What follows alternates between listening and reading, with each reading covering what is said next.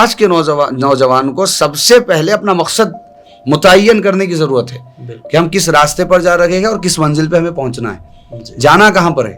نوجوانوں کے خاموش دشمن تکبر.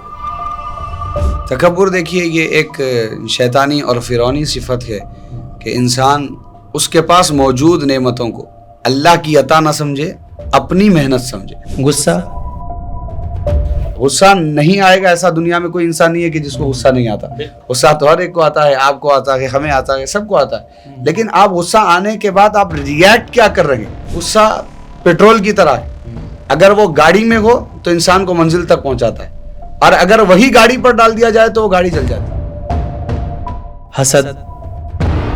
آپ ایک شخص کی دولت دیکھ کر یا ایک شخص کی شہرت دیکھ کر یا ایک شخص کی آپ لوگوں میں مقبولیت دیکھ کر اپنے آپ میں احساس کمتری کا شکار ہوتے ہیں, اور آپ یہ سمجھتے ہیں کہ اللہ نے اسے دیا کہ مجھے نہیں دیا, اور آپ یہ حسد کر بیٹھتے ہیں کہ اس کے پاس سے وہ نعمت زائل ہو جائے. غصہ, حسد اور تکبر, ان چیزوں سے اگر بچنا ہے تو اس کی بنیاد کو جانیے کہ اس کی بنیاد کیا ہے اور اس کی اصلاح کیجیے. ناظرین آداب, میزان دا رائز کے اس پوڈ کاسٹ میں آپ کا خیر مقدم کرتا ہوں. میں اشر یاسر. میزان کے اس پوڈ کاسٹ میں ہم اکثر بات کرتے ہیں ان ٹاپکس کے بارے میں جو اسلام میں اور نوجوانوں کو لے کر کے کافی ساری نصیحتیں کی گئی ہیں, جس کو دیکھ کے ایسا لگتا ہے کبھی کبھی کہ ہماری جو نوجوان جنریشن ہے وہ کہیں نہ کہیں چیزوں سے دور جاتی دکھ رہی ہے, جس کو لے کر کے ہم اپنے گیسٹ سے اس ٹاپک کو اٹھاتے ہیں اور ان سے ان کے مشورے یا ان کی رائے لیتے ہیں. آج کا بھی ہمارا ٹاپک کچھ ایسا ہی ہے کہ جو آج کے نوجوان میں کافی زیادہ چیزیں پھیلتی جا رہی ہیں. غصہ, حسد اور تکبر, نوجوانوں کے خاموش دشمن. یہ تین چیزیں ایسی ہیں جو آج کل ہم دیکھ رہے ہیں کہ ہمارے نوجوانوں کے بیچ چلتی چلی جا رہی ہیں. اس کو لے کر کے نوجوان کافی زیادہ پریشان رہتے ہیں. تو آج ہم انہی چیزوں کے بارے میں جانیں گے, اسلام اس کو لے کر کے کیا چیزیں کہتا ہے. آج کے جو ہمارے گیسٹ ہیں وہ ہیں علامہ شیخ فصیح الدین چشتی صاحب. مولانا صاحب آپ کا بہت بہت خیر مقدم ہے میزان کے اس پروگرام میں. آج چونکہ ہمارا جو ٹاپک ہے وہ کافی اہم ہے, جی ہاں, اور اسی کے متعلق سب سے پہلا سوال میرا یہ ہے کہ آج کے دور میں غصہ, حسد اور تکبر کو خاموش دشمن کیوں کہا جاتا ہے نوجوانوں کا؟ بسم اللہ الرحمن الرحیم, الحمدللہ رب العالمین, الصلاۃ والسلام علی سید الانبیاء والمرسلین وعلی آلہ واصحابہ اجمعین, اما بعد. اعوذ باللہ من الشیطان الرجیم, بسم اللہ الرحمن الرحیم. قد افلح من تزکا, آمنت باللہ, صدق اللہ العظیم. لی خمسۃ نطفی بها حر الوباء الحاطمہ, المصطفیٰ والمرتضی وابناہما والفاطمہ. سب سے پہلے میں شکر ادا کرتا ہوں آپ کا کہ آپ کے توسل سے اور اس چینل کے توسل سے نوجوانوں کے سامنے ایک عظیم ٹاپک پر گفتگو کے لیے ہم یہاں پر جمع ہوئے ہیں. انشاءاللہ جو کچھ بھی اس کے متعلق اہم گفتگو ہوگی, اہم باتیں ہوگی, ہم انشاءاللہ پیش کریں گے. جو آپ کا سوال سب سے پہلا ہم اس میں شامل کرتے ہیں کہ غصہ اور حسد اور تکبر یہ انسان کا خاموش دشمن ہے. وہ اس لیے کہ یہ تینوں چیزیں ایسی ہے جن کا تعلق دل سے ہے. جو جیسے انسان کو ظاہری جسمانی بیماریاں ہوتی ہے, اسی طرح دل کی بیماریاں ہوتی ہے. حضرت امام غزالی آپ ارشاد فرماتے ہیں کہ یہ جو دل کی بیماریاں ہیں یہ جسم کی بیماریوں سے زیادہ خطرناک ہے. جسم کی بیماریوں سے زیادہ دل کی بیماریاں خطرناک ہوتی ہے, اور یہ غصہ, حسد اور تکبر ان کا تعلق دل سے ہے. اور حضور علیہ الصلاۃ والسلام کی حدیث کے مطابق بھی کہ اگر انسان کے جسم میں ایک گوشت کا لوتھڑا ہے, اگر وہ پاک ہے تو پھر, اور اگر وہ بالکل درست ہے تو پھر سارا جسم درست ہے, اور وہ ہے دل. تو یہ دل سے اس کا تعلق ہے, اس وجہ سے یہ انسان کا خاموش دشمن ہے. اور غصہ, تکبر اور حسد یہ دوسری بیماریوں کا ذریعہ اور سبب بنتا ہے. اور جیسے آپ دیکھیے کہ جو انسان گناہ کرتا ہے, خطائیں کرتا ہے, اس کی بنیادی وجہ یا تو غصہ ہوتا ہے, یا کسی سے حسد ہوتا ہے, یا پھر انا اور تکبر کی اس کے اندر بیماریاں ہوتی ہے. اسی لیے غصے کو انسان کا خاموش دشمن کہا جاتا ہے. اچھا, آج کل کے نوجوانوں میں یہ تینوں چیزیں زیادہ پائی جاتی ہیں, کیونکہ ہم دیکھ رہے ہیں کہ سوشل میڈیا کے آنے کے بعد فیمس ہونے کے لیے کچھ لوگ جو ہیں بہت زیادہ اسٹرگل کرتے ہیں، فیمس نہیں ہو پاتے، تو وہ بھی انہی چیزوں میں گھوم کے رہ جاتے ہیں. جی ہاں، یہ بہت زیادہ آج کل پائی جاتی ہے چیزیں، لیکن اس کی ایک مثبت فکر بھی ہے کہ اگر کوئی انسان اس کو منفی کی بجائے مثبت اگر اس کا استعمال کرے. جیسے حسد اور تکبر یہ تو لا علاج امراض ہے، اور یہ وہ ہے کہ اگر انسان اس پر اتر آتا ہے تو اس کے پاس موجود نعمتیں بھی اس سے ضائع ہو جاتی ہیں.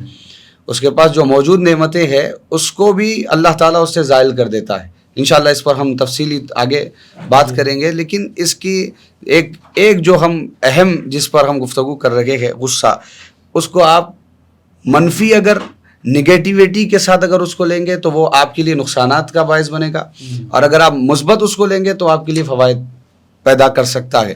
اور اس پر ہمارے صوفیاء اور بزرگان دین اور علماء کرام کی بڑی تحقیقات ہے اور بہت طویل گفتگو ہے، اور ان لوگوں نے یہ بتایا ہے، کئی واقعات ہمارے سامنے ہے کہ لوگ اس غصے کو مثبت پہلو میں استعمال کر کے، پازیٹیو انرجی کی طرح استعمال کر کے اپنے منازل کی طرف، اپنے مقاصد کو ان لوگوں نے حاصل کیا ہے.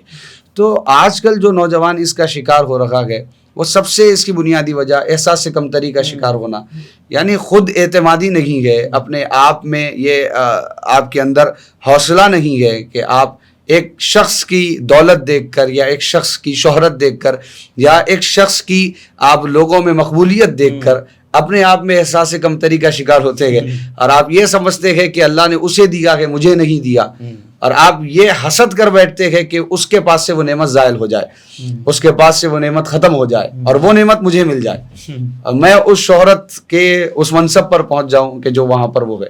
لیکن اگر آپ کی فکر اس کی بجائے یہ ہو کہ اللہ تعالیٰ نے اسے جو دیا ہے وہ اس کا مقدر ہے، اور میں اپنی محنت کر کے اس کے وہ شہرت کو، وہ نعمت کو جو اللہ نے اس کو دی ہے، اس کو میں حاصل کروں گا، تو یہ آپ کا حسد کرنا بھی آپ کے لیے فائدہ مند ہوگا. یہ حسد آپ کی نعمتوں کو زائل نہیں کرے گا، بلکہ آپ کو نعمت دے گا، اس کے پاس سے وہ چیز چلی جائے اور تمہارے پاس آ جائے. یہ حسد کرنا غلط ہے، اور یہ حسد کرنا کہ تم اس کے پاس جو نعمت ہے وہ اس کے پاس رکھے، اللہ اس کی نعمت میں اور اضافہ کرے، اور مجھے بھی اللہ تعالیٰ ایسی نعمتوں سے سرفراز کرتا رہے.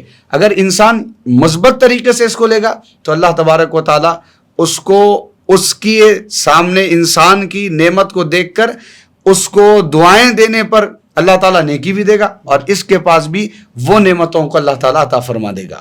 ماشاءاللہ، بہت اچھی بات بتائی کہ آپ کو خود بھی کام کرنا چاہیے. مطلب آپ یہ نہیں دیکھیں کہ سامنے کوئی انسان جو ہے وہ اگر ترقی پا رہا ہے تو آپ اس کے چکر میں اپنا خون جلا رہے ہیں. جی ہاں، اپنے آپ کو اور زیادہ پیچھے لے کے جا رہے ہیں کہ ہم کس طرح وہاں پہ پہنچے، ہم اس کو گرا کے پہنچے. لوگوں کا سکون دیکھ کر ٹینشن میں آنا، اپنا سکون خراب کرنا، اپنا سکون خراب کرنا ہے، اور کیا، نہ کھانا کھا پائیں گے، نہ عبادت صحیح سے کر پائیں گے. اسی لیے اگر ہم غصے پہ آتے ہیں تو غصے کو اسلام میں کس طرح سے دکھایا گیا؟ کیا ہر چیز پہ غصہ کرنا صحیح ہے، یا اس میں کیا الگ الگ چیزیں بتائی گئی ہیں؟ غصہ آپ دیکھیے، غصہ بنیادی طور پر یہ انسان کی ایک جسم کی اور دل کی اور دماغ کی ایک کیفیت ہے، اور انسان جب غصے کی حالت میں ہوتا ہے تو پھر سامنے والے کا لحاظ نہیں کرتا، اور سامنے اس کو نظر نہیں آتا، اس پر پردے پڑ جاتے ہیں. اور جب غصہ انسان کرتا ہے تو ایک یہ سمجھیے آپ کہ یہ شیطانی ایک صفت ہے. اور آپ اگر پہلے ہم اس کے نقصانات کی بات کر لیتے ہیں کہ اگر انسان اگر غصے میں آئے تو اس سے یہ ہوگا کہ اس کے جو قریبی لوگ ہیں اس سے دور ہو جائیں گے، اس کے قریبی جو لوگ ہیں اس سے دور ہو جائیں گے. غصے کی کیفیت پر کنٹرول پانا یہ ایمان والے کی علامت ہے، اور اسلام یہ تعلیم دیتا ہے کہ جب تمہیں غصہ آئے تو تم اس پر کنٹرول کرو. والکاظمین الغیظ والعافین عن الناس واللہ یحب المحسنین. اللہ تعالیٰ پسند کرتا ہے ان لوگوں کو جو غصے کو پی جاتے ہیں اور جو لوگوں کو معاف کرتے ہیں. اللہ تعالیٰ ایسے لوگوں کو پسند فرماتا ہے. تو غصہ آنا یہ فطری تقاضا ہے جی. اب اس کا ریاکٹ آپ کا کیا کرتے ہیں یہ آپ کے اوپر بات ہے. غصہ نہیں آئے گا ایسا دنیا میں کوئی انسان نہیں ہے کہ جس کو غصہ نہیں آتا. غصہ تو ہر ایک کو آتا ہے، آپ کو آتا ہے، ہمیں آتا ہے، سب کو آتا ہے. لیکن آپ غصہ آنے کے بعد آپ ریاکٹ کیا کر رہے ہیں؟ جی بالکل. آپ کا غصہ آپ کو لوگوں سے توڑ رہا ہے، آپ کا غصہ آپ کو اللہ اور اس کے رسول سے دور کر رہا ہے، آپ کا غصہ آپ کو لوگوں کی نظروں میں برا بنا رہا ہے، آپ کا غصہ آپ کو اپنے مقصد سے دور کر رہا ہے. یعنی مثال کے طور پر اگر کسی نے آپ کو مارا, آپ پلٹ کر غصے میں اس کو مار دیں گے تو اس سے کیا حاصل ہوگا؟ آپ کو کچھ نہیں حاصل ہوگا, بلکہ آپ کو یہ حاصل ہوگا کہ بد اخلاقی کا تمغہ آپ کو مل جائے گا, اور آپ کو اس سے حصول کچھ ہونے والا نہیں ہے. اگر آپ کو کسی نے مارا, آپ کو کسی نے کہا کہ تو یہ نہیں کر سکتا, اور آپ اس کے جواب میں اس کو گالیاں دے رکھے گئے, اس کو ڈرا رکھے گئے, اس کو مار رکھے گئے, تو اس سے آپ کو حاصل کچھ نہیں ہونے والا ہے. بلکہ فائدہ تو تب تھا جب آپ کو ایک شخص کہے کہ تو یہ نہیں کر سکتا, اور آپ مزید اس پر محنت کرتے کہ میں یہ کر سکتا ہوں. آپ مزید اس کی طرف توجہ دیتے کہ یہ سمجھ لیجئے کہ گاڑی جیسے چلنے کے لیے پیٹرول کی ضرورت ہوتی ہے, اسی طرح انسان کو منزل تک پہنچنے کے لیے انسان کو یہ احساس کروانے والے لوگ بھی اس کے اطراف میں ہونے چاہیے, اس کو غصہ دلانے والے لوگ بھی ہونے چاہیے. ہمارے شیخ محترم نے کہا تھا کہ غصہ پیٹرول کی طرح ہے, اگر وہ گاڑی میں ہو تو انسان کو منزل تک پہنچاتا ہے, اور اگر وہی گاڑی پر ڈال دیا جائے تو وہ گاڑی جل جاتی.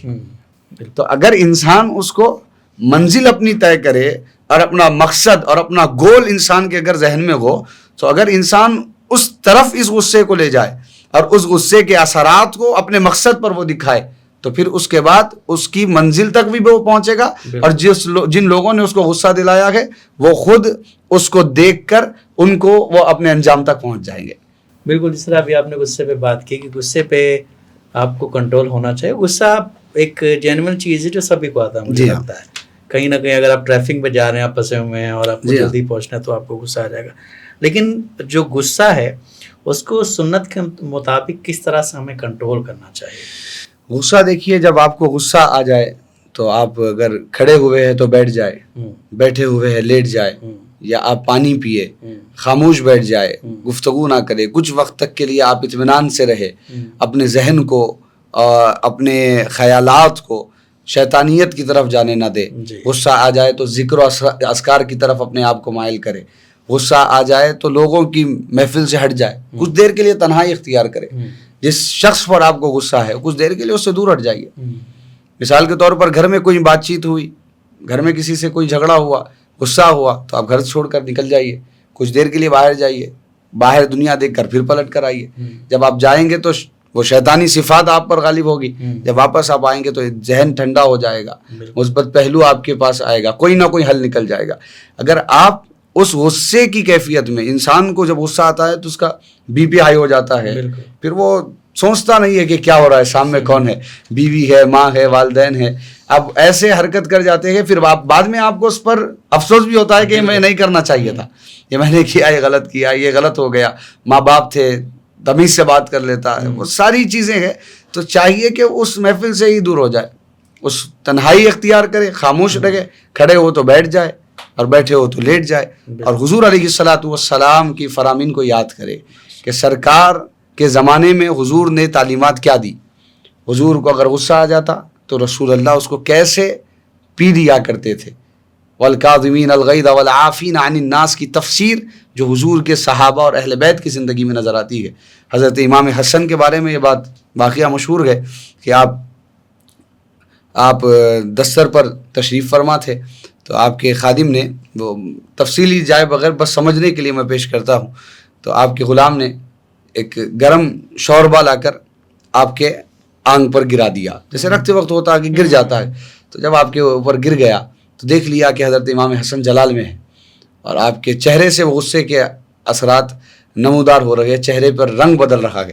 جب وہ خادم دیکھ لیا تو وہ خادم بھی اللہ والوں کا خادم تھا, وہ خادم بھی اہل بیت کا خادم تھا, وہ جانتا تھا قرآن پڑھنا. تو انہوں نے کہا والکاظمین الغیظ, مومن کی صفت ہے کہ وہ غصے کو پیتا ہے. تو حضرت امام حسن نے کہا کہ میں نے تجھے معاف کیا. والعافین عن الناس, اور وہ لوگوں کو معاف کرتا ہے.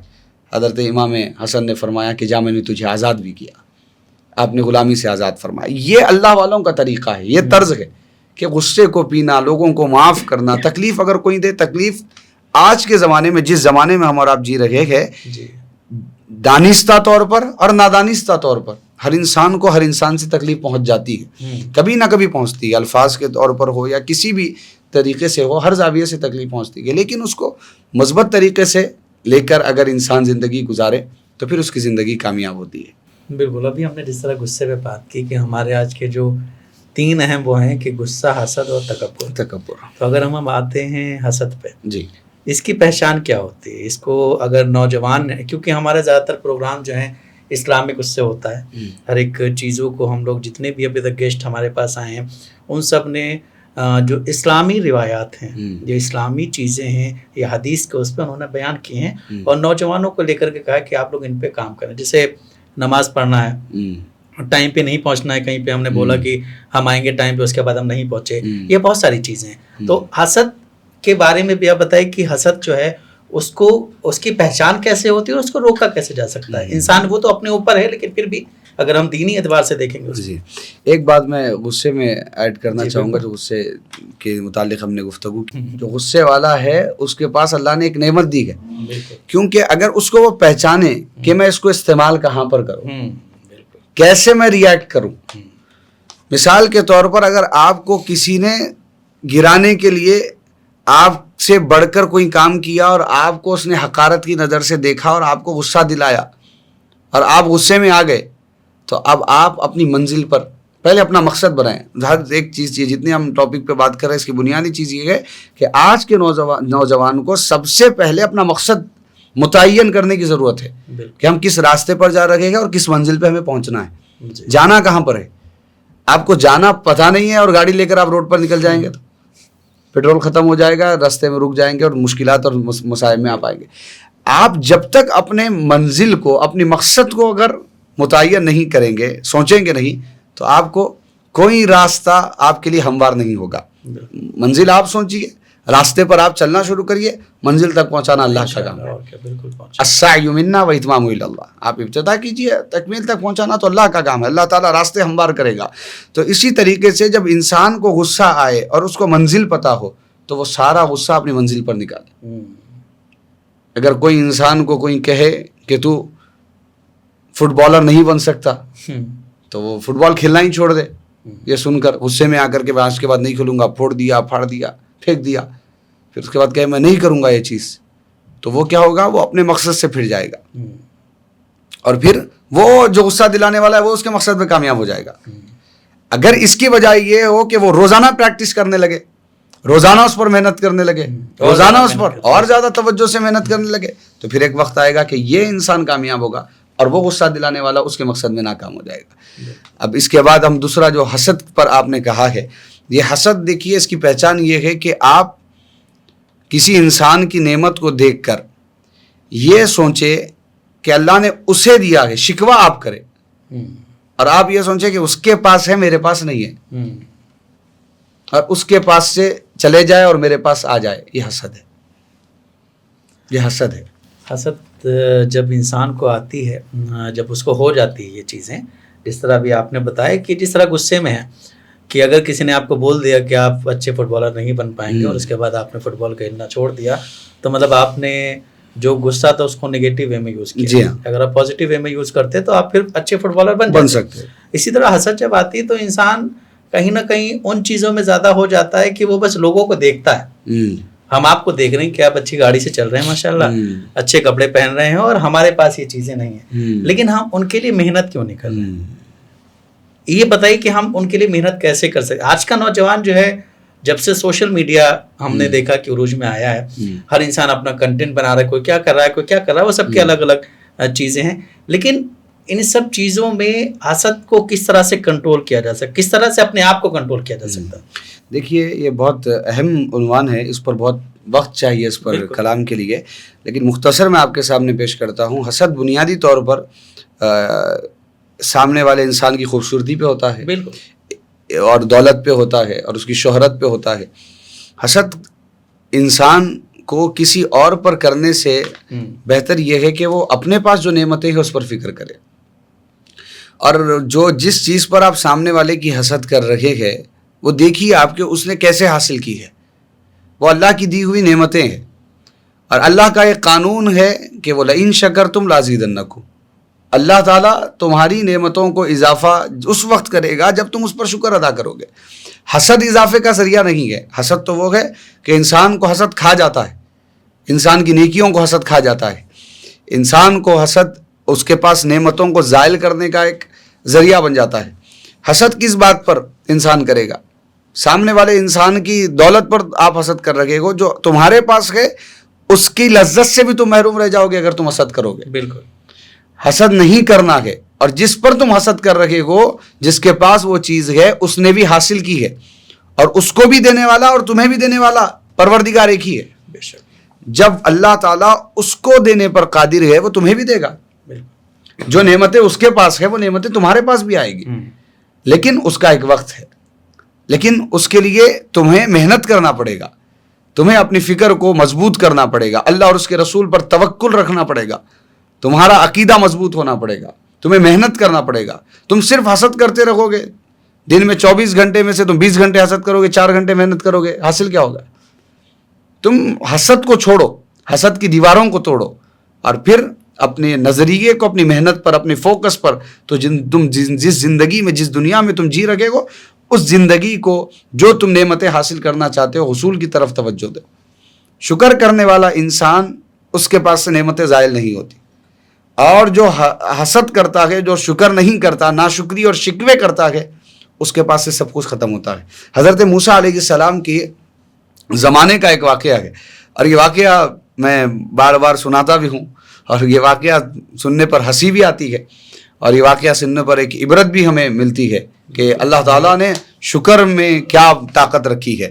حضرت موسیٰ علیہ السلام کلیم اللہ تھے, اللہ سے کلام کیا کرتے تھے, اللہ سے گفتگو کرتے تھے. تو اللہ سے بات کرنے کے لیے حضرت موسیٰ جا رہے تھے, راستے میں ایک شخص سے ملاقات ہوئی. حضرت موسیٰ سے اس نے کہا کہ موسیٰ, اللہ سے کہیے کہ اللہ نے مجھے بہت دولت دی ہے, اتنا دے دیا کہ مجھے ضرورت نہیں ہے, لہٰذا اللہ سے کہیے کہ وہ دینا روک دے. تو حضرت موسیٰ نے دیکھا, تعجب ہے. آپ آگے بڑھے, ایک دوسرے شخص سے ملاقات ہوئی جس کے پاس آنکھ پر کچھ لباس نہیں ہے, کپڑے نہیں ہے, ریت کو اپنا سطر بنائے چھپا کر بیٹھا. اس نے کہا موسیٰ, اللہ سے کہیے کھانے کے لیے کچھ نہیں, پہننے کے لیے کچھ نہیں, کچھ دے دے. تعجب ہوا. ایک وہ ہے جو دولت اللہ کو روکنے کے لیے کہتا ہے, ایک کہتا ہے دولت کی فراوانی ہو. حضرت موسیٰ دونوں مسائل لیے اللہ کی بارگاہ میں گئے, گفتگو ہوئی, تو اللہ سے کہا کہ دو ایسے شخص سے میری ملاقات ہوئی, ایک کہتا ہے کہ مالک دینا روک دے, ایک کہتا ہے کہ دینے کا آغاز کر. اللہ تعالیٰ نے کہا موسیٰ, جس نے کہا دولت روک, اس سے کہو کہ وہ ہمارا شکر ادا کرنا چھوڑ دے, ہم نعمتیں دینا چھوڑ دیں گے. اس سے کہو شکر ادا کرنا چھوڑ دے, ہم نعمتیں دینا چھوڑ دیں گے. اور دوسرے نے جو ریت کو اپنا سطر بنائے بیٹھا تھا, اس سے کہو کہ وہ شکر ادا کرنا شروع کرے, ہم نعمتیں دینا شروع کریں گے. موسیٰ علیہ السلام واپس آئے اور وہ دولت مند کے پاس گئے اور جا کر کہا کہ اللہ کہتا ہے شکر کی جو تمہارے اندر صفت ہے, اللہ کا شکر ادا کرنے کی چھوڑ دو, اللہ تعالیٰ نعمتیں دینا چھوڑ دے گا. اس نے کہا کہ اے موسیٰ, میرے پاس جب کچھ نہیں تھا اس وقت بھی میرے پاس شکر کی دولت تھی, اور آج جب سب کچھ ہے تو اس وقت بھی میرے پاس شکر کی دولت ہے, اور اتنی عظیم دولت سے میں کیسے محروم ہو سکتا ہوں, لہذا شکر ادا کرنا نہیں چھوڑ سکتا. موسیٰ نے کہا اگر تو شکر نہیں چھوڑے گا, اللہ تجھے نعمتیں دینا نہیں چھوڑے گا, اللہ تیری نعمتوں میں اضافہ کرے گا. اب یہاں سے نکلے, آگے پہنچے, اس کے پاس جو ریت کو اپنا سطر بنائے تھا, اس سے کہا کہ اللہ کہتا ہے کہ شکر ادا کرنا شروع کر, نعمتیں دینا شروع ہوگا. اب اس نے کہا کہ موسیٰ, میرے پاس ہے ہی کیا جس پر میں اللہ کا شکر ادا کروں, میرے پاس موجود ہی کیا ہے کہ جس پر میں اللہ کا شکر ادا کروں. جیسے یہ جملے اس نے کہے, تیز ہوا چلی, جو ریت تھی وہ ریت بھی اڑ گئی. اس سے یہ سبق ملتا ہے کہ جو نعمت تمہارے پاس ہے, ناشکری سے وہ نعمت زائل ہو جاتی.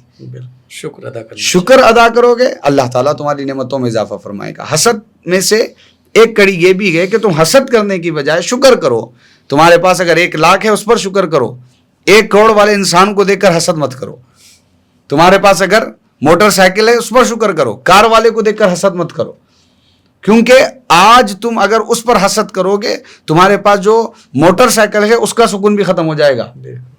تم یہ دیکھو کہ تمہارے نیچے کس کے پاس سائیکل ہے, کس کے پاس پیدل چلنے کے لیے پیدل چل رہا ہے, کون دھکے کھا رہا ہے, اس کو دیکھو. تم اگر اپنے سے اوپر والے کو دیکھو گے, احساس کمتری کا شکار ہوگے, اور اپنے اندر خود اعتمادی کی دولت سے تم محروم ہو جاؤ گے, تو پھر اس کے بعد تمہارے پاس جو حاصل نعمتیں ہیں اس کی لذت بھی تمہیں میسر نہیں آئے گی. حاصل جو نعمتیں ہیں جو اللہ نے تمہیں دی ہے, تم کسی کو دیکھ کر اس کے حسن پر اپنے آپ کو دیکھ کر یہ کہو کہ میں تو اتنا حسن والا نہیں ہوں. اس کی شہرت دیکھ کر تم کہو کہ میرے پاس شہرت نہیں ہے. جو تمہارے پاس ہے اس پر فوکس کرو. آج کیا ہے جو اللہ نے دیا ہے اس پر توجہ دو. جو نہیں ہے اس کے حصول کی فکر مت کرو. اگر جو دیا گیا اس پر فوکس کرو گے اور شکر کرو گے, جو نہیں ہے وہ بھی حاصل ہو جائے گا. اگر تمہارے پاس جو ہے اس پر توجہ نہیں دے کر جو نہیں ہے اس کی فکر کرو گے تو جو ہے اس کی لذت سے بھی محروم رہو گے, اور جو نہیں ہے وہ تمہارے پاس کبھی بھی نہیں ہوگا. جو نہیں ہے وہ کبھی حاصل نہیں ہوگا. جو ہے اس پر فوکس کرو. 1 لاکھ ہے اس پر فوکس کرو, باقی 99 لاکھ کی فکر مت کرو. وہ تو تمہیں آ جائیں گے اگر تم اس ایک پر فکر کرو گے اور اس پر توجہ کرو گے. جس کے پاس ہے, آج دیکھیے دنیا میں وہ لوگ زیادہ تر حسد کا شکار ہو جاتے ہیں جو بڑے باپ کے بیٹے کو دیکھتے ہیں. دیکھ کر عام لوگ اس کو دیکھ کر یہ حسد کا شکار ہوتے ہیں. اس کے پاس اس کی دولت نہیں ہے, اس کے باپ کی دولت ہے. ہیرو وہ نہیں ہوتا جس کے پاس سب کچھ ہے, زیرو سے شروع ہونے والا ہیرو ہوتا ہے. بالکل زیرو سے, جس کے پاس کچھ نہیں ہے. کمال یہ ہے کہ وہ اپنے مقام کو بنائے. بیک گراؤنڈ جس کے پاس نہیں ہے, فیملی بیک گراؤنڈ انسان کو اور غفلت کی زندگی میں ڈالتا ہے, انسان کو اور سست کرتا ہے, انسان کو اس کے مقصد سے پھرا دیتا ہے. فیملی بیک گراؤنڈ اگر کسی کے پاس ہو تو وہ محنت کیوں کرے گا؟ بالکل کہے گا میرے باپ کا ہے, میرا نام ہے, میری ضرورت نہیں ہے. تو وہ ایک یہ سمجھیے کہ وہ نعمت نہیں ہے, وہ ایک زحمت ہے, وہ ایک امتحان ہے کہ تم اس دولت کا آپ کیسا استعمال کرتے ہو, تم امتحان میں ہو. اور جس کے پاس کچھ نہیں ہے اس کے پاس نعمت ہے. اللہ تمہیں موقع دے رکھا گیا کہ تم اس کو مت دیکھو, تم اپنی زندگی پر فوکس کرو, اپنی زندگی پر توجہ دو. تم جب اس پر توجہ دو گے تو جو اس کے پاس نعمتیں ہیں اس سے زیادہ تمہیں لذتی اللہ تعالیٰ میسر فرمائے گا. کیونکہ ہم دیکھتے ہیں کہ جب بھی کوئی کچھ بات کرتا ہے کہیں نہ کہیں کچھ ذکر ہوتا ہے کہ ایک کھیت ہوتا ہے کسی کا, جی, اس کے بعد وہ کہتا ہے کہ جتنی بھی ہماری نظر میں کھیت آ رہے ہیں وہ سارے ہمارے کیوں نہیں ہو جاتے ہیں. جی, پھر ایک دن وہ ہوتا ہے کہ اس کے 1 سے بعد 5 ہو جاتے ہیں, 5 کے بعد 10 ہو جاتے ہیں, لیکن وہ جو ایک لالچ بھی کہہ سکتے ہیں اس کو, وہ ختم نہیں ہوتے. اور ختم نہیں ہونے کی وجہ سے پھر اینڈ میں وہ ایک چھوٹی سی زمین میں دفن ہو جاتا ہے. جی ہاں. ریزن یہ ہے کہ آپ جتنے دن بھی دنیا میں رہیں محنت کرتے رہیں, اور محنت کرنے کے ساتھ ہی شکر ادا کرتے رہیں. جی ہاں. جتنا ہے اتنے میں, کیونکہ اگر آپ شکر نہیں ادا کریں گے, جس طرح ابھی آپ نے جو ایک قصہ بتایا, جی, بہت معنی خیز ہے. اگر اس کو اچھے سے سوچا جائے, سمجھا جائے, تو اس سے بہت کچھ نکالا جا سکتا ہے. آج کا ہمارا آپ سے دوسرا سوال یہ ہے کہ حسد انسان کو کیا بولتے ہیں, عبادت اور جو بھی چیزیں ہیں ان میں کس طرح سے خراب کر دیتی ہے. کیونکہ ہم دیکھتے ہیں کئی لوگ حسد کے چکر میں, جس طرح بھی آپ نے بتایا, نماز کو نہیں جا رہے, جی, اس طرح غصے میں بھی وہ نماز نہیں پڑھتے ہیں, جی, بہت ساری چیزیں ہوتی ہیں. تو اس میں کتنا زیادہ وہ متاثر کرتا ہے. جی, یہ دیکھیے بالکل بنیادی بات یہ ہے کہ یہ تو پہلے دل کی بیماریاں ہیں. آپ کا نفس جو ہے, آپ اس نفس کی اتباع میں ہیں. اگر آپ حسد کرتے ہیں تو نفس کی اتباع ہے. یہ جو آپ حسد کی کیفیت اپنے اندر ہو, غصہ ہو, تکبر ہو, یہ سب صفت ہے اور نفس کے تابع آپ نے اپنی زندگی کو کیا ہے. اور جب آپ اس طرف مائل ہو جائیں گے تو پھر وہ روحانیت اور وہ جو چاشنی ہے, وہ خشوع اور خضوع ہے اللہ کی عبادات میں, وہ آپ کو محسوس نہیں ہوگا, اس سے آپ دور ہو جائیں گے. جب انسان حسد کرے گا تو اس کے پاس پھر وقت ہی کیا ہوگا عبادات کے لیے. جب انسان حسد کرے گا اور اللہ کی بارگاہ میں کھڑا ہوگا, اور اس کی بارگاہ میں کھڑا ہو رہا ہے جو قاسم النعمہ ہے, جو تقسیم کرنے والا ہے نعمتیں, جو دینے والا ہے, یعنی اللہ سے تم شکوہ بھی کر رہے ہو. حسد یعنی شکوہ ہی ہے. حسد یعنی آپ یہ کہہ رہے ہو کہ اللہ نے اس کو دیا, اللہ کی تقسیم پر تم ناراض ہو, اللہ کی تقسیم پر تم راضی نہیں ہو. اور اللہ کی تقسیم پر راضی نہیں ہو کر اللہ کے سامنے تم کس منہ سے ٹھہرے ہوگے؟ اللہ کی تقسیم گئے کہ جس نے تمہیں دولت دی وہ بھی اللہ کی تقسیم گئے, اللہ دولت نہیں دیا وہ بھی اللہ کی تقسیم گئے, جس کو دی وہ بھی اللہ کی, حسن دیا اللہ کی تقسیم ہے, کسی کو زیادہ دیا کسی کو کم دیا, یہ ساری کائنات میں اللہ کی تقسیم ہے. اور اس تقسیم پر تم ناراض رہ کر اس کی بارگاہ میں ٹھہرو گے تو وہ روحانیت تمہیں کہاں سے میسر آئے گی؟ جو بنیاد ہے نماز ایک روح کو تقویٰ دینے والی ہے، اور تمہاری روح اس کی تو میت ہو چکی ہے، اس لیے کہ تم نے اللہ کی بارگاہ میں شکوہ کیا، اللہ کی تقسیم پر تم ناراض رہے، اللہ تعالیٰ نے جو بانٹا اس پر تم نے رضامندی نہیں کی۔ تم اللہ کی تقسیم پر راضی رہو، اللہ تعالیٰ تمہاری روحانیت کو اور جسمانیت کو تقویت دے گا۔ اچھا، ہم نے جس طرح غصے پہ بات کی جی، اور حسد پہ بات کی، اب ہم آتے ہیں اپنے تیسرے اس پہ جو ہے تکبر۔ جی، تکبر کی اصل تعریف کیا ہے؟ جی، اگر ہم دیکھیں کہ تکبر کی جو شروعات ہوتی ہے وہ کس طرح سے ہوتی ہے، یا پھر جو لوگوں میں ہوتا ہے ان کو کس طرح سے دیکھ سکتے ہیں؟ جی، تکبر دیکھیے یہ ایک شیطانی اور فرعونی صفت ہے کہ انسان اس کے پاس موجود نعمتوں کو اللہ کی عطا نہ سمجھے، اپنی محنت سمجھے۔ تکبر، آپ یہ اپنے آپ پر جو نعمتیں آپ کو ملی ہے اس کو اپنی خود ذاتی محنت سمجھے، اور پھر اس پر لوگوں کو جس کے پاس وہ نعمتیں نہیں ہیں اس کو حقارت کی نظر سے دیکھے، اس کو گرا کر دیکھے۔ حضور نے فرمایا کہ جس کے دل میں رائے کے دانے کے برابر بھی تکبر ہوگا وہ جنت میں داخل نہیں ہوگا، اور پھر من تکبر وضعہ اللہ، جو تکبر کرتا ہے اللہ تعالیٰ اس کو گرا دیتا ہے۔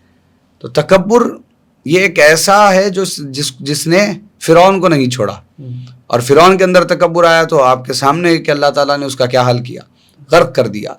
تکبر ایمان والے کی علامت نہیں ہے۔ تکبر کس بات پر گھمنڈ ہو، کس بات پر تکبر کرے؟ انسان اگر اپنے آپ کو سمجھ لے کہ وہ ہے کیا، تو پھر تکبر کا کوئی پہلو اس کی زندگی میں نہیں ہے۔ جو کچھ ہے وہ اس کا ہے ہی نہیں، یہ تو صرف گزارنے کے لیے یہاں پر آیا ہے، چند دن کا مہمان ہے، یہ عارضی دنیا ہے، اس میں کیا تکبر کرے گا؟ جو کچھ ہے وہ اللہ کا دیا ہوا ہے، جو نہیں گئے وہ نہیں گئے۔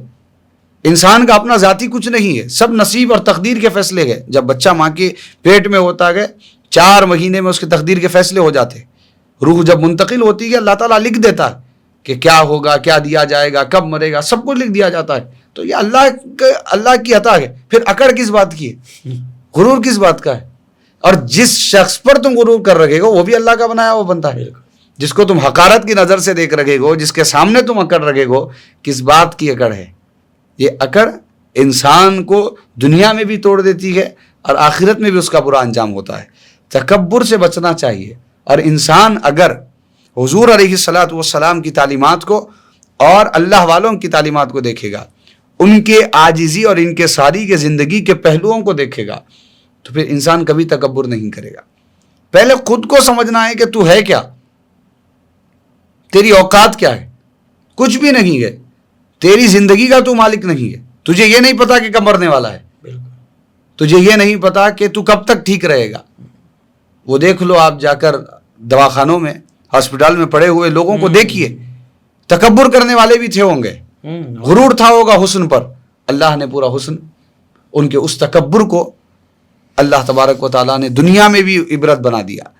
کیسے ایسے لوگ، میں آپ کے سامنے ہزاروں مثالیں پیش کر سکتا ہوں جن کو دولت پر تکبر تھا، آج ان کی دولت کا نام و نشان نہیں ہے، ان کا نام و نشان نہیں ہے، وہ ختم ہو گئے، ان کا وجود ختم ہو گیا۔ گھر دار کار دے کر کیا کرے گا انسان؟ تکبر کس بات پر کرے گا انسان؟ یہ سب ختم ہونے والے ہیں۔ تم تکبر کرو گے، لمحوں میں اللہ تعالیٰ آسمان سے تمہیں زمین پر لائے گا، لمحوں میں تم اوپر سے نیچے آ سکتے ہو۔ کئی مثالیں ہمارے سامنے موجود ہیں۔ کس بات پر انسان، دائمی کوئی نعمت رہنے والی نہیں ہے، دائمی چیز نہیں ہے، حسن دائمی نہیں ہے، فنا ہونے والا ہے، دولت دائمی نہیں ہے، فنا ہونے والی ہے، شہرت دائمی نہیں ہے۔ کیسے مشہور لوگ تھے، اب دیکھیے آج نام و نشان نہیں ہے۔ کیسے صحت مند لوگ تھے، طاقتور باڈی بلڈرز سے بڑے بڑے، آج دیکھیے بیماری میں مبتلا ہے، بڑی بڑی بیماریاں ان کو کھا گئی۔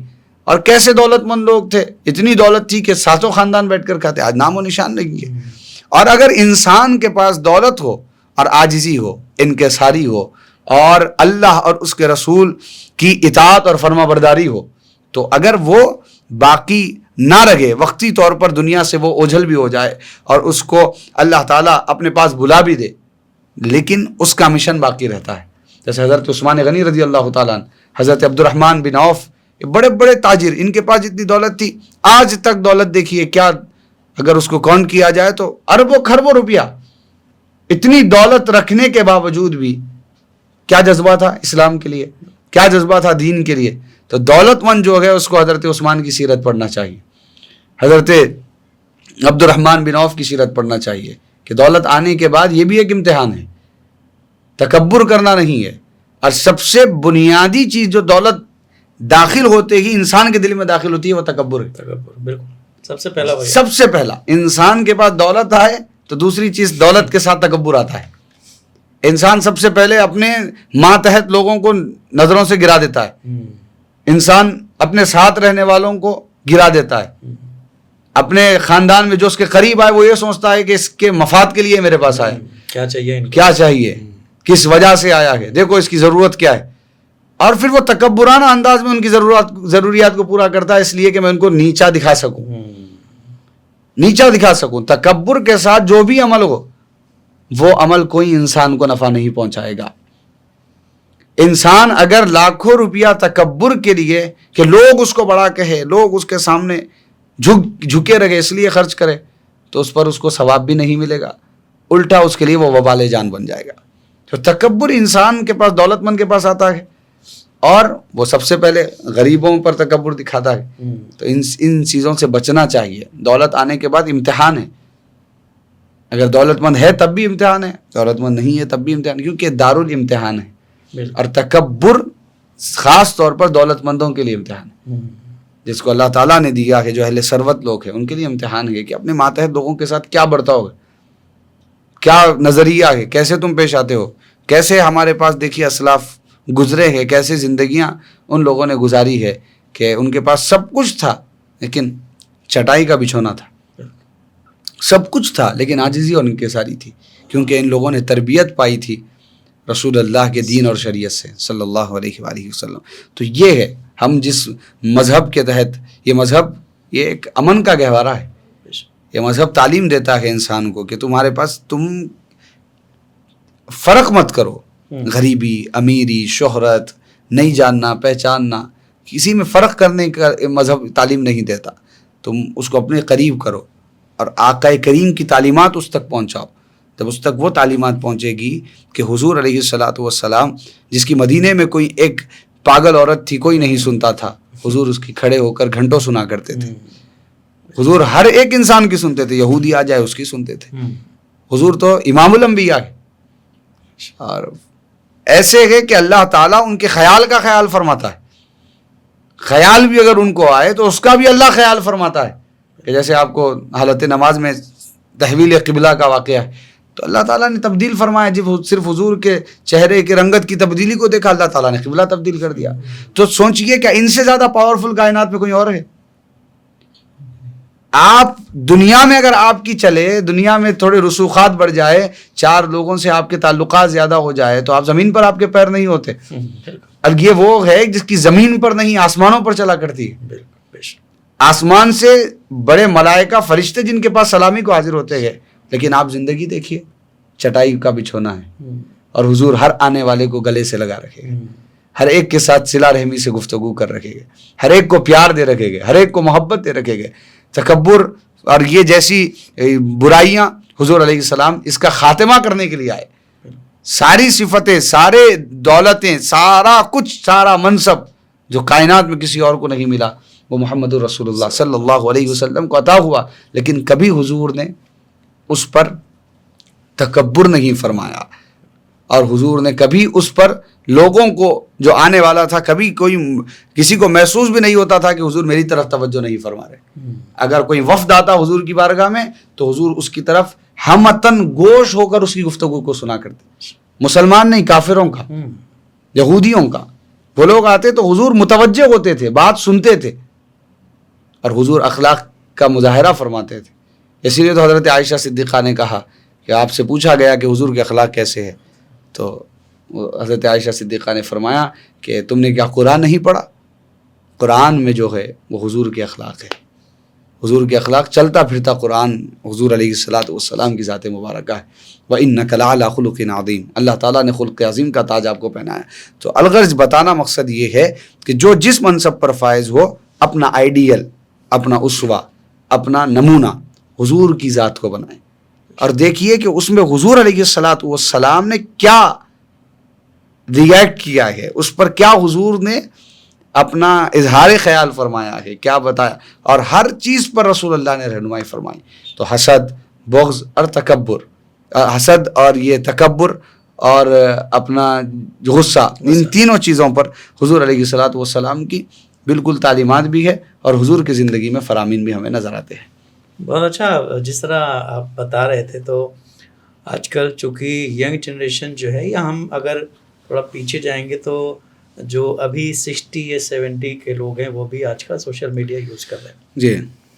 لیکن اگر ہم زیادہ تعداد دیکھیں گے تو ینگ کی ہے جی. اس میں ینگ میں جینزیز بھی ہیں, ملینیم بھی ہیں, بہت سارے ہیں, کئی ساری ویرائٹیز آپ کو مل جائیں گی. تو ہمارے جو پروگرامز ہوتے ہیں اس میں ہم یہ چاہتے ہیں کہ ہم لوگ ینگ جو یوتھ ہے ہمارا اس کو فوکس کریں. جی. تو کیا سوشل میڈیا آنے کے بعد تکبر اور زیادہ بڑھ گیا؟ کیونکہ جس طرح سے ایک چیز کہی جاتی تھی کہ اگر آپ کسی کی مدد کر رہے ہیں تو دائیں ہاتھ سے کرو تو بائیں ہاتھ کو پتہ نہ چلے, لیکن آج کل جو ہے جو بھی کرو سوشل میڈیا پہ ڈالو. اور باقاعدہ کئی جگہ یہ بھی دیکھا گیا ہے کہ اگر ہم کسی کو کچھ تھوڑا سا بھی دے رہے ہیں, مطلب ایک کیلا بھی اگر کسی کو دے رہے ہیں تو اس کی بھی فوٹو ہم جو ہے اس کے ساتھ میں, کیلا دینے کے ساتھ میں اسے سوشل میڈیا پہ ڈال. جی ہاں, نیکی کر دریا میں ڈال, ہم نیکی کر سوشل میڈیا پہ ڈال کا زمانہ ہے. تو آج کل ہے وہ چیز. اب یہ سمجھیے کہ تکبر اس سے بڑھا, یہ سمجھیے کہ لوگ چونکہ یہاں بیٹھے ہیں تو پوری دنیا کو دیکھ رکھے گئے, تو لوگوں کے اندر پہلے تو احساس کمتری بڑھی, جی, اور جس کا جو سبب بنی حسد کا, اور جو سبب بنی تکبر کا, اور پھر لوگوں کے پاس جو ہے لوگوں نے اس کو جو نہیں ہے اس سے زیادہ بتانا شروع کیا. لوگوں کے ذہن میں تصویریں لگائی, پھر ملنے والے اس جہیز سے ملنے لگے, تو پھر اس کے بعد اس کے اندر کی انا بڑھ گئی. یعنی جو تم ریل اور ریئل میں بہت فرق ہے, بہت فرق, بالکل. ریل تم بنا کر ڈال رکھے ہو ایسے جیسے تم اتنا تمہارے پاس خزانہ ہے کہ پورے شہر کو تم بانٹ سکتے ہو, لیکن ریئل لائف میں تمہارے خود فاقے ہے, بالکل. لیکن سامنے دکھانے کے لیے کچھ اور زندگی ہے اور تمہاری اصل زندگی کچھ اور ہے. لیکن جب تم دکھا رکھے ہو تو پھر جب تم سے لوگ ملتے گئے تو لوگوں کا تو تصور ہے لوگ تمہیں جانتے نہیں پہچانتے نہیں, لیکن جب ملیں گے تو پھر اس اسٹیٹس کا آدمی سمجھ کر تم سے لوگ ملیں گے, پھر وہ تمہارے اندر تکبر پیدا کرے گا, تکبر کو بڑھاوا دے گا, پھر تم سمجھو گے کہ ارے میرے جیسا کوئی نہیں ہے, پھر میں ہی سب سے بڑا ہوں. یہ تکبر انسان کے اندر آئے گا. لہٰذا یہ سب چیزوں کو دیکھیے, ان چیزوں کو آپ اگر مثبت طریقے سے استعمال کرنا چاہیں گے کر سکتے ہیں, آپ منفی کرنا چاہے کر سکتے ہیں. یہ تکبر انسان اگر کرنا چاہے, سوشل میڈیا دیکھ کر کیا نارمل پہلے سے بھی لوگ تکبر میں غرق ہوئے گئے. پچھلے لوگوں میں جتنے لوگ غرق ہوئے تکبر کی وجہ سے, جب تو سوشل میڈیا نہیں تھا, تو ہم اس کو سوشل میڈیا کو تکبر کا تو نہیں کہہ سکتے, لیکن ہاں یہ کہہ سکتے ہیں تکبر دکھانے کا ایک ذریعہ ہے, بالکل دکھانے کا. لوگ اس کے ذریعے اپنے واہواہی چاہتے ہیں اور اس پر ڈال کر لوگ بتاتے ہیں. لیکن میرا یہ لوگوں کو, نوجوان نسل کو میں یہ کہنا چاہتا ہوں, جو ہمارے برادر ہے ان لوگوں سے میری یہ خواہش ہے کہ آپ اپنی سب سے پہلے مقصد کو متعین کر کے زندگی جو تم جی رہے ہو کس لیے جی رہے ہو, کیا کرنا ہے. لوگ پکارنے والے ہزار زندگی میں آپ کے آتے رہیں گے, تم اپنے مقصد سے مت پھرو. تھوڑی سی تکلیف آئی پریشان ہو گئے, تھوڑا سا کسی نے کچھ کہہ دیا پریشان ہو گئے, کسی نے کچھ کہا, تم اپنی زندگی کو برباد مت کرو. کسی کے تانے سن کر تم اپنی لائف کو کیوں خراب کرو گے. کسی نے تم کو غصہ دلایا, اس غصے سے تمہارا نقصان کیوں ہو. کسی کیا تم حسد کر کے تم اپنا نقصان کیوں کرو. کسی پر تم تکبر کر کے, تمہارے پاس کچھ نعمت ہے کسی کا نہیں ہے, اس پر تکبر کر کے تم اپنی نعمتوں کو ضائع کیوں کرو. مطلب لے دے کہ آپ اپنا ہی نقصان کر رہے ہیں. نقصان تیسرے بندے کا نہیں ہے, دوسرے بندے کا نہیں ہے, آپ کا نقصان ہے, بالکل ذاتی نقصان. تو ذاتی نقصان کرنا کیوں ہے. جب انسان کو معلوم ہو کہ میری یہ منزل ہے تو اس کے بعد وہ ذاتی نقصان کی نہیں سوچے گا, کیونکہ اس کی فکر ہوگی کہ جلد سے جلد میں اس منزل تک پہنچوں, جلد سے جلد میں حاصل کروں.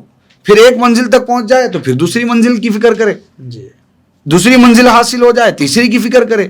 منزل سے آگے بڑھ کر منزل تلاش کر, تو منزل سے آگے بڑھتے جا اور منزل کی فکر میں رہے.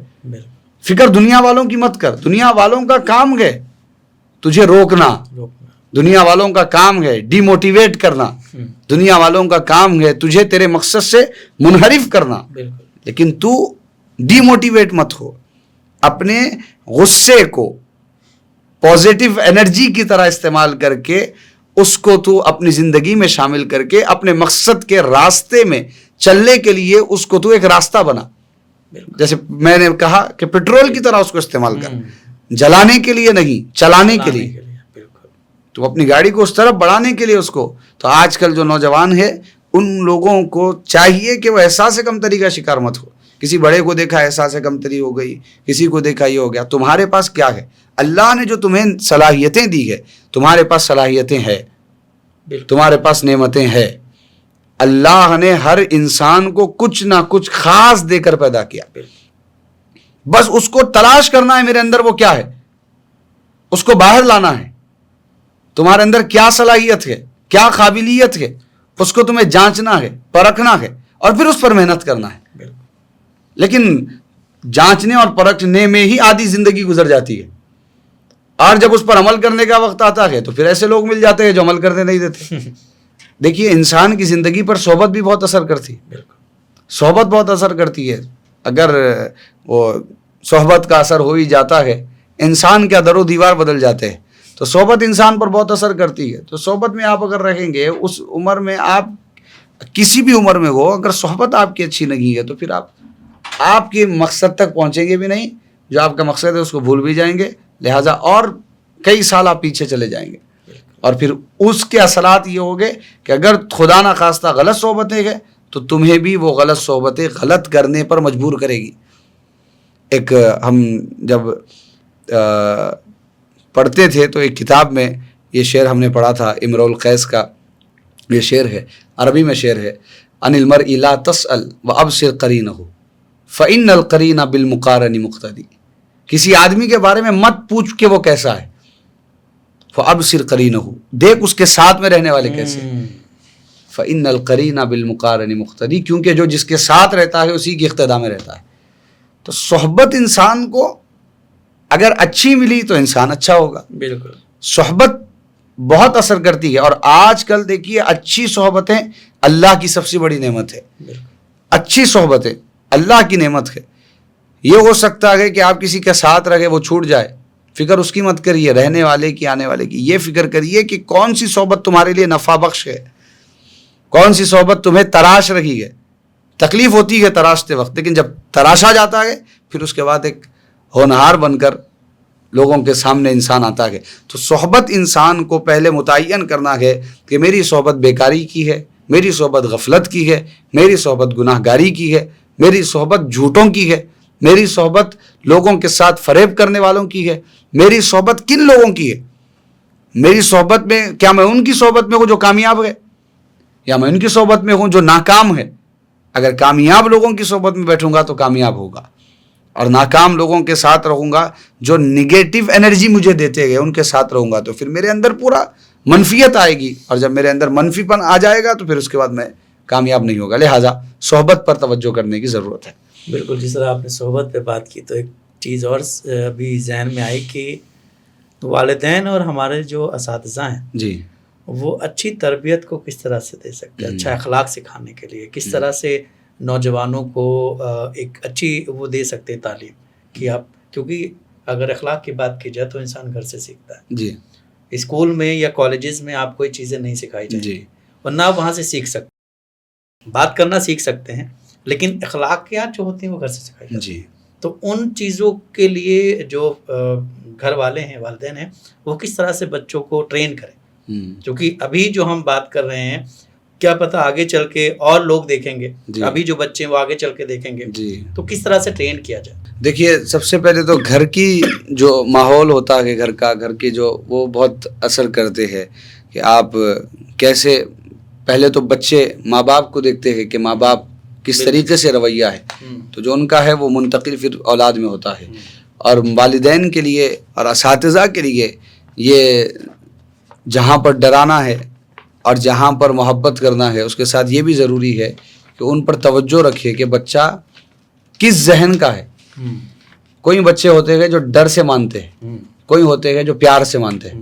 پیار والے کو ڈر دیا جائے گا تو وہ کبھی نہیں سدھرے گا, اور ڈر والے کو پیار دیا جائے گا تو کبھی نہیں سدھرے اور بگڑ جائے گا.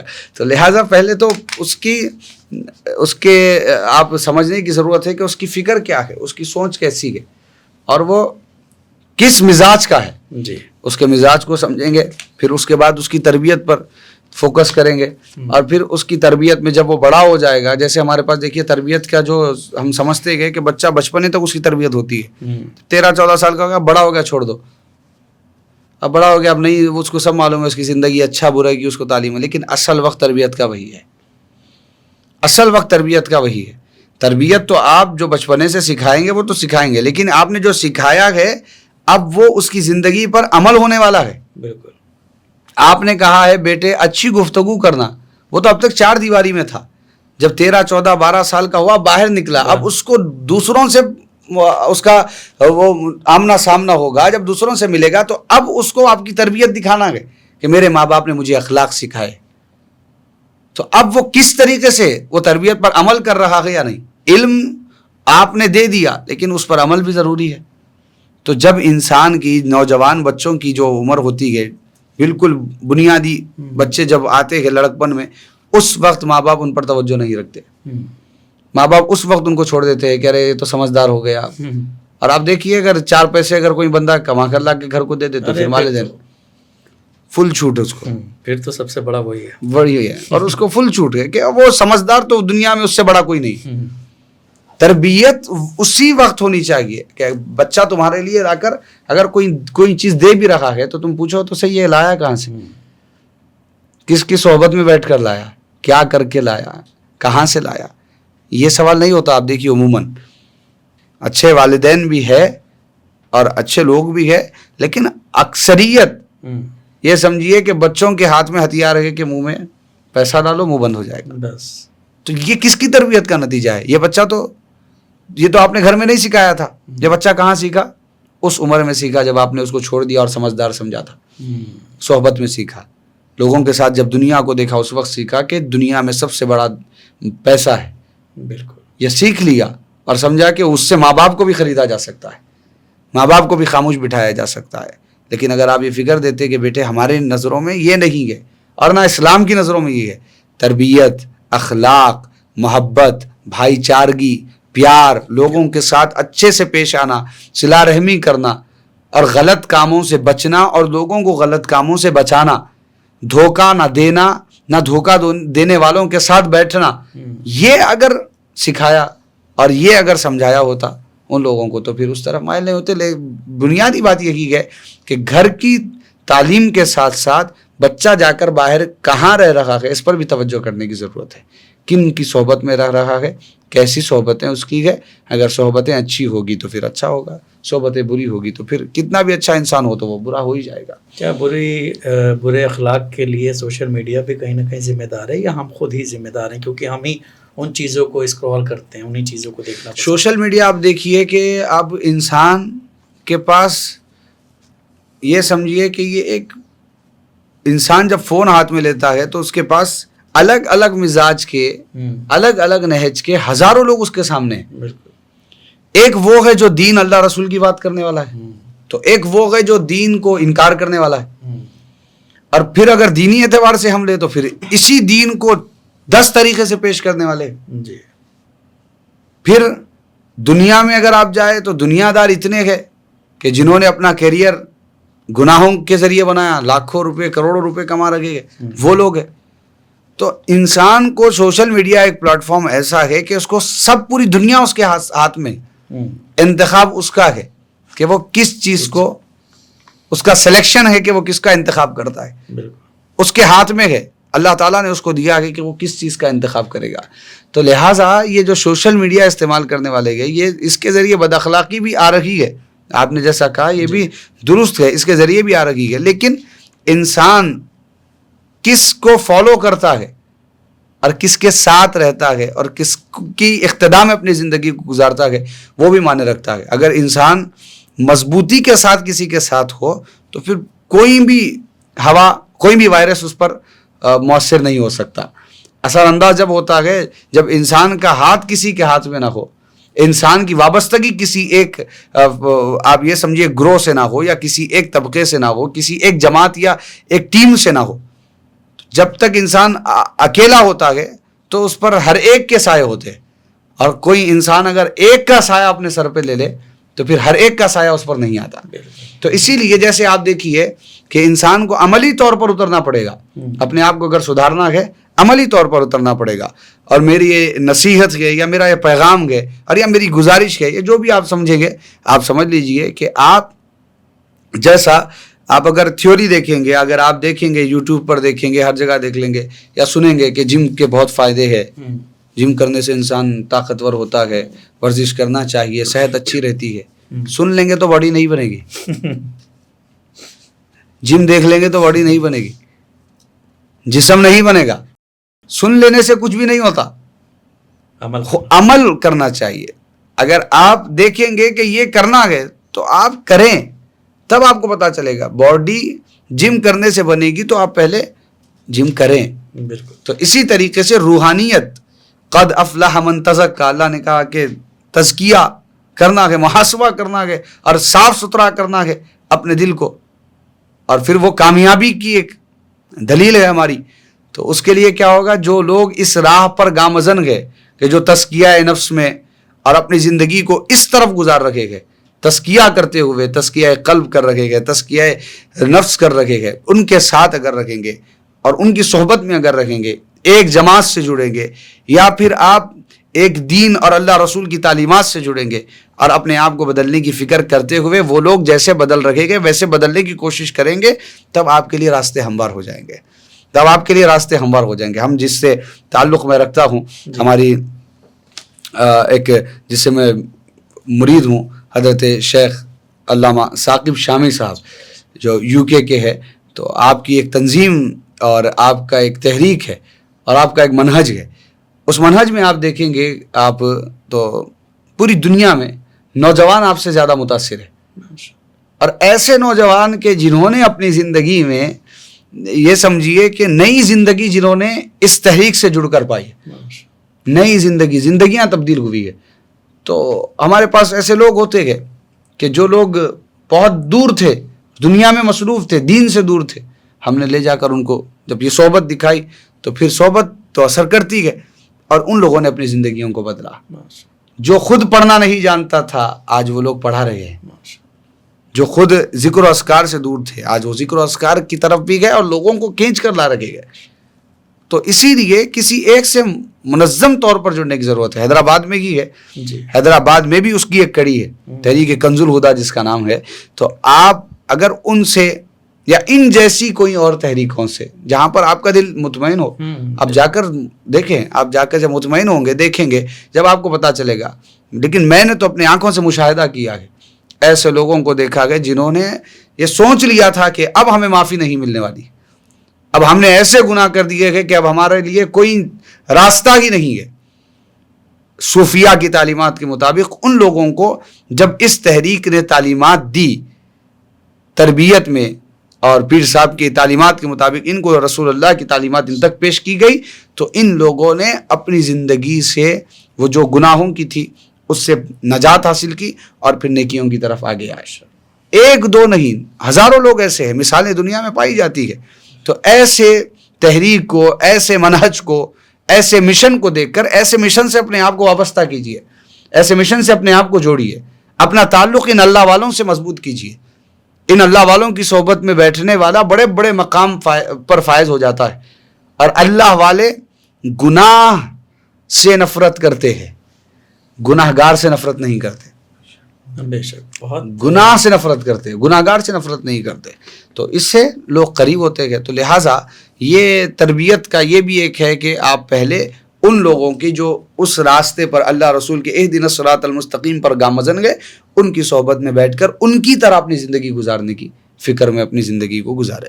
ماشاء اللہ.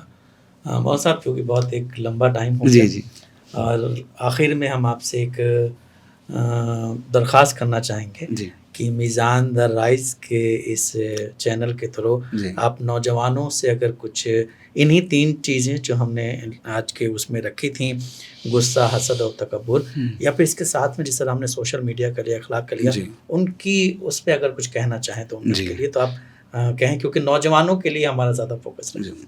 ماشاء اللہ. پہلے تو میں آپ کو مبارکباد دیتا ہوں کہ ایک بہت یونیک اور بہت زبردست کام آپ لوگوں نے آغاز کیا ہے. اللہ تعالیٰ اس کو قائم رکھے اور اس کے ذریعے اللہ تعالیٰ نوجوان نسل کی اصلاح فرمائے.